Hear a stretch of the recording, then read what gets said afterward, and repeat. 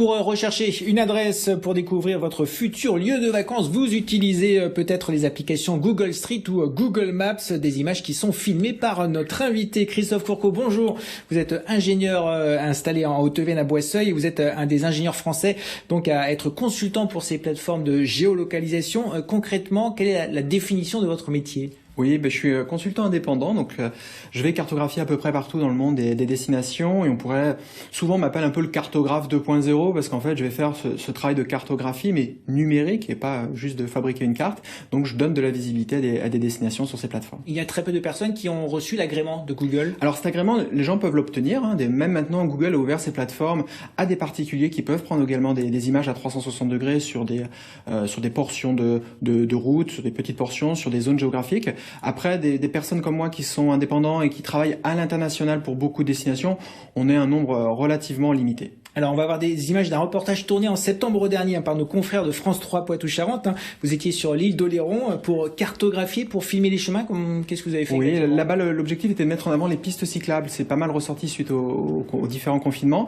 Donc, je l'ai fait sur l'île d'Oléron et l'île de Ré, ainsi qu'au bassin d'Arcachon. C'était de référencer toutes ces pistes pour que les touristes puissent prévoir leur déplacement sur place, savoir si est-ce qu'on peut mettre une remorque derrière le vélo, est-ce que c'est en bitume, est-ce que c'est en cailloux, est-ce que c'est en sable, et de préparer le déplacement sur place et puis donner de la visibilité.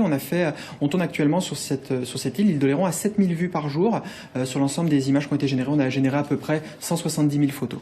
Et vous, c'est plus facile de filmer pendant les confinements, pendant le couvre-feu? Mais pour moi, c'est l'idéal. Il y a moins de monde, il y a moins de floutage sur les images, et puis ça permet d'être plus tranquille, d'être moins aussi stoppé, parce que souvent j'arbore un t-shirt qui montre bien que je travaille pour donner de la visibilité sur les plateformes de Google, donc on a tendance à me questionner. Et justement, on peut tout filmer, ou il y a quand même des règles, on peut laisser sa maison être filmée, comment ça se passe? À partir du moment où je suis sur la voie publique et qu'on est dans le domaine public et que je floute automatiquement, enfin c'est pas moi qui le fais, c'est l'intelligence artificielle de Google, les plaques d'immatriculation et les visages, on est dans le cadre de la loi, donc on n'a pas de problématique, d'autant plus que les destinations pour lesquelles je travaille, la totalité des droits à l'image leur est transférée, c'est-à-dire qu'en gros, ils peuvent eux-mêmes supprimer leurs images s'ils ne souhaitent plus les mettre à disposition. Alors vous voyagez beaucoup, prochainement vous allez aller en Martinique? Voilà, le déplacement en Martinique est pour très bientôt, il devait être arrivé là cette semaine, mais ça a été décalé à d'ici 15 jours, 3 semaines.